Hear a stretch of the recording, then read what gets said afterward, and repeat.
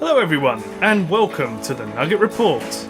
I'm Build. And I'm Fax, and this is episode 4 of the Nugget Report. Now last week, we had some strange people come into our studio. Some unwanted guests. And hopefully, we've contacted security, they're not coming back in again. I hope not, because they were complete nut jobs. Completely took over the show. Yeah, I know. I don't know, there's some people nowadays. I know, but let's put that aside. We've got bigger things to fry this week. We've got a new segment about special weapons coming up. As requested. You will find out some interesting little things about some special weapons. Find out something you probably didn't know. Maybe you want to switch to a certain new special weapon. But we'll get into all of that when we actually start talking about that. Yeah. But for now, we're going to be moving on to our topic of the week. Right, our topic of the week this week is based on the tournament that happened this week, and that is Naval Team Deathmatch. So, Naval Team Deathmatch is the second of the Team Deathmatch modes introduced into Ace Combat Infinity. Players are split into two teams with their sole objective of destroying the opponent team's fleet. Players can pick between two roles, either attacking or defending. When you are attacking, your role will be attack the opponent team's fleet. However, if you are defending, you're going to want to fight off enemy attackers, destroying your fleet. One thing you've got to look out for is the kill streak bar. Now, this is something that gets filled up the more enemies that you shoot down. When it reaches a missile mark, Heavy Cloud will say that something's going to happen, like some bombers are about to attack the fleet. And then when you fill it up completely, a cruise missile will attack the enemy fleet, and it will do a massive bunch of damage. This could either end the game or bring it very, very close to finishing the game. Make sure you fill up that kill streak bar. Now, there's also a way to circumvent making the enemy filling up that kill streak bar. That is if you crash into the sea before they can shoot you. And that actually doesn't fill up their bar because they haven't shot you, have they? So that's a good tip. If you know that you're about to get shot down by an enemy fighter, just crash yourself into the ocean. So this mode is the attacker-bomber focused mode of the three TDM variants. Basically, I would say this is pretty much one of the main reasons you'd actually level a bomber in Infinity. I mean, it's all I use when I use my main account. It's just bring out the Idolmaster Bomber, just win every single match. They have really high DPS, so it makes it very easy to do a lot of damage to the enemy fleet. Yeah, in my bomber I usually, even if someone is constantly on me, score about 70,000-80,000 every single match. So if you do want to do really, really well in Team Deathmatch, bring up a bomber past level 10 or so, which is very difficult. So the base HP points for each ship is based around the total CST of your entire team. So each plane has its own CST, add each player's CST will make that base CST. The higher that is, the higher HP each ship will have.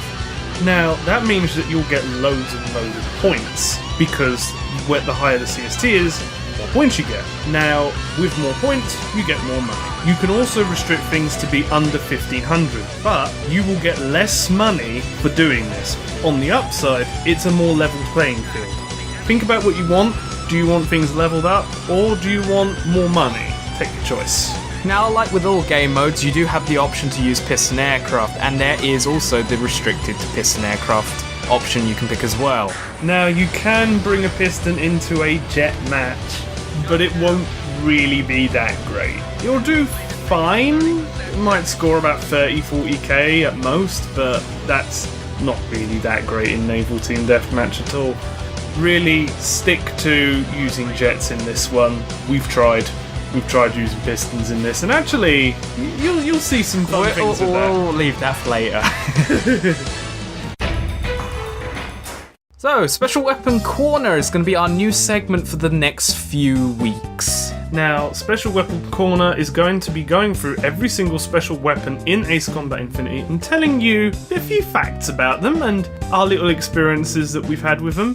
This week, we are going to be talking about the ones with H at the beginning of all of them. So, HPAA, HCAA, and HVAA. Now, the H missiles are basically very basic missiles that have very specific pros and cons to do with them. It's in the title what they actually do.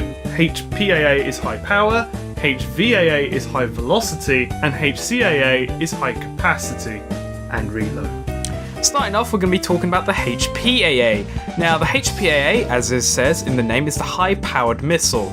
So HPAAs are going to have very high damage. Their cons, however, is that they have pretty poor reload and pretty poor homing as well. Another thing to note is that they do have a fairly decent capacity, so you're never really short on HPAAs. So HPAAs in terms of power is about around twice the power of a HC and HVAA. Now this is very good. It means that you should really be using HPAAs to be taking out the planes that you can't normally take out with your standard missiles. So those T-50s and F-22s that you just can't quite take out yet, or even the emergency mission ones if you're really lucky. That's if they can hit, that is. Yes, because of that really poor homing. Now let's move on to HVAA. Now, one thing that I'm not sure a lot of people know is that HV and HCAA have the exact same power. There's no difference, they're exactly the same. But they have different properties. There are pros and cons to both of them, even though they have the same power.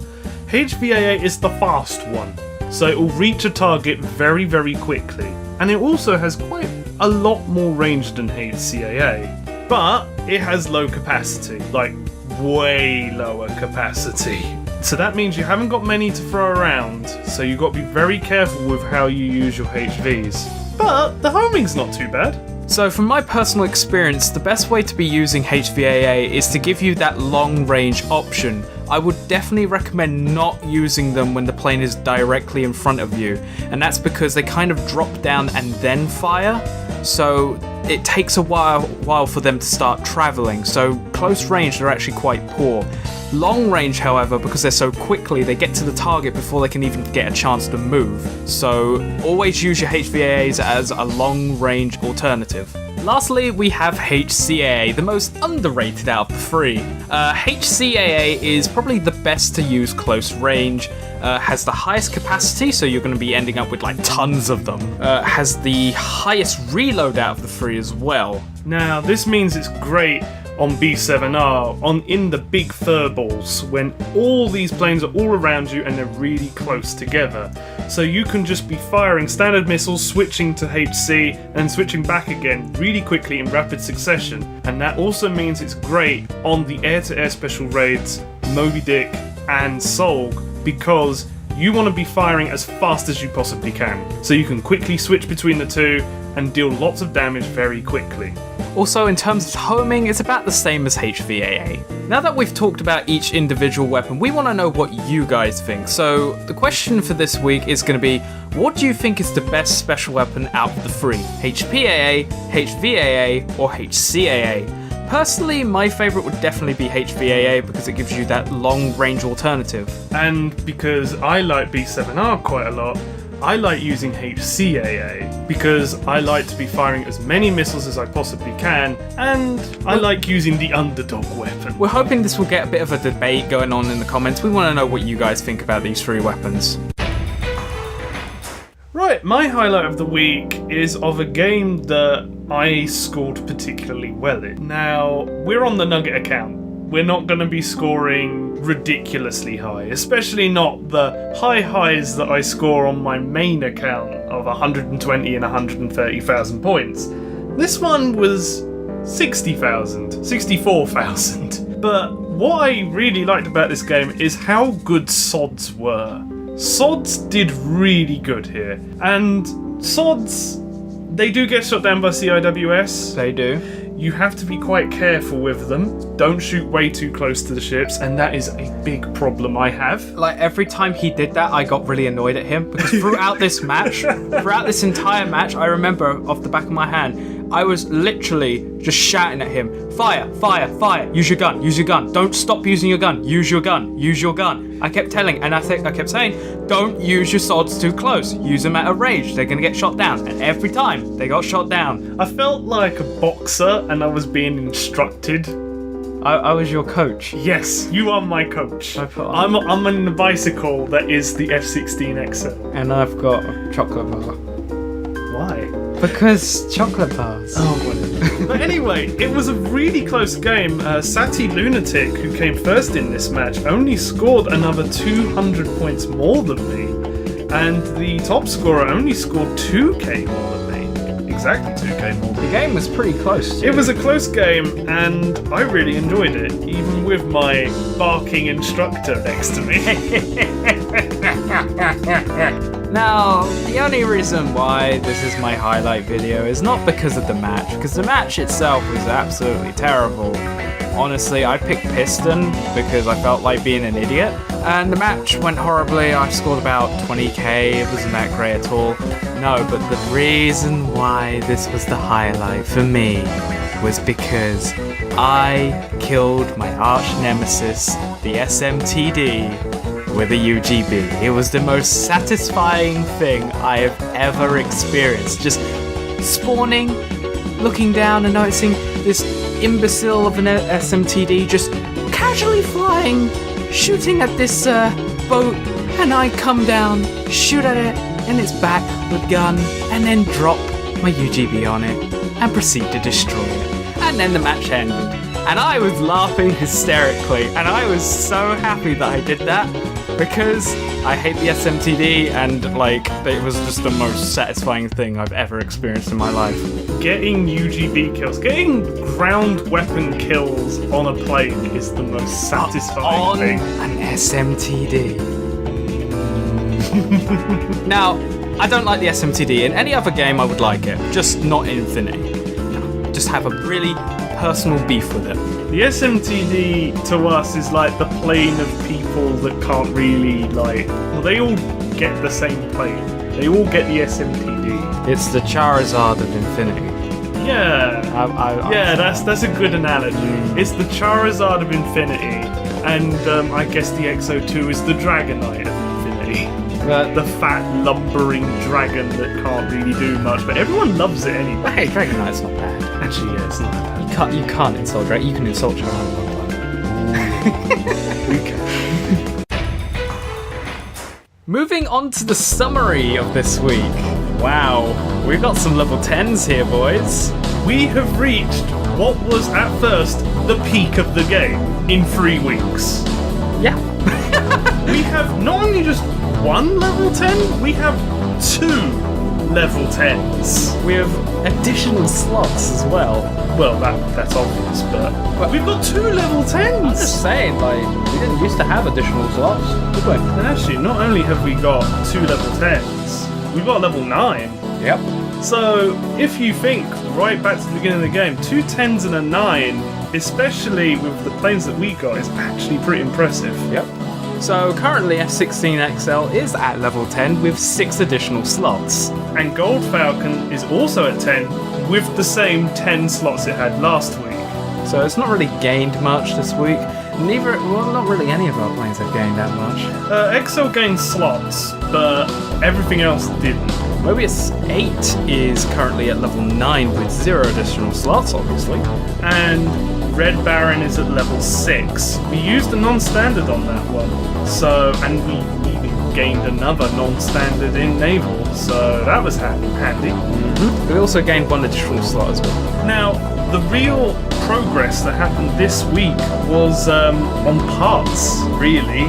The one part that we were researching at the end of last week, the Rescue Points panel, has now been obtained, and that one is going to be a real boon to us. It's all on our planes, it's on Red Baron, it's on XL, it's on all of them. It's such a good part. It is amazing. You should definitely use it if you don't already. Also for SOD, we got SOD M, which really helped out in Naval. It extends the range quite far, so it makes you able to take out 2 ships at once. And also, with bigger explosions, you get more damage on single targets now, so that's also very helpful. Progress has been made on the route going to the F-35A and B. We only wanted to go a little bit on that one. We didn't want to go too far. What we're trying to do here is trying to explore as much of the tree as possible now that our planes are now reaching where we kind of want them to be. we're going to leave them off there for now, and we're just going to start gathering parts, because that's what we really need at the moment. Yeah, Sky Kid really needs the levels at the moment, because at level 6, it's still not quite there yet. And without gun power, it's even weaker as well. Yeah, although at level 6, it is quite powerful. It has decent power, I would say. Now, something that you may have noticed from all these level ups is that our war chest of money from the end of last week of 6.2 million has completely dropped. It costs a lot. Coming up to level 9, you're going to start to spend around 500,000. Yeah, we have now only got 2.5 million credits now, which is still a lot. It's bound to go lower still soon. So, considering we still got to upgrade Sky Kid further as well. Yeah, but Naval has helped us a bit. It does pay well. Could be better though. There's no ring team deathmatch, certainly not. So really, at this point, we really want to go further on the bottom bit of the tree, making our way towards Warheads L, because that is going to be a part that's going to be really powering up our planes. We're also looking forward to Speed LL. Yeah, that's once we reach Captain. We might reach that next week. Hopefully. Hopefully we do. Hopefully by the time we actually buy Warheads L and the SU-47, we'll be able to make our way to all the big parts down there as well, including the XO2. Yes, the XO2, we're not really going for that. We're going for what's after that. Yeah, that's a pretty overpowered part. See, normally everyone would want to just go for the XO2, but we want what's the juicy loveliness past Technically, that. we've already got the Tiger, so we don't really need the XO2. It's just a shame it's blocking that part. Yeah, really, the XO2 is a hindrance, not a help. But yeah, so this week's been pretty good. We've made decent progress. Yep. Alright then, that's all for this week. See you next week on another episode of the Nugget Report. And until then, this is the Nugget Report, signing off. bye-bye.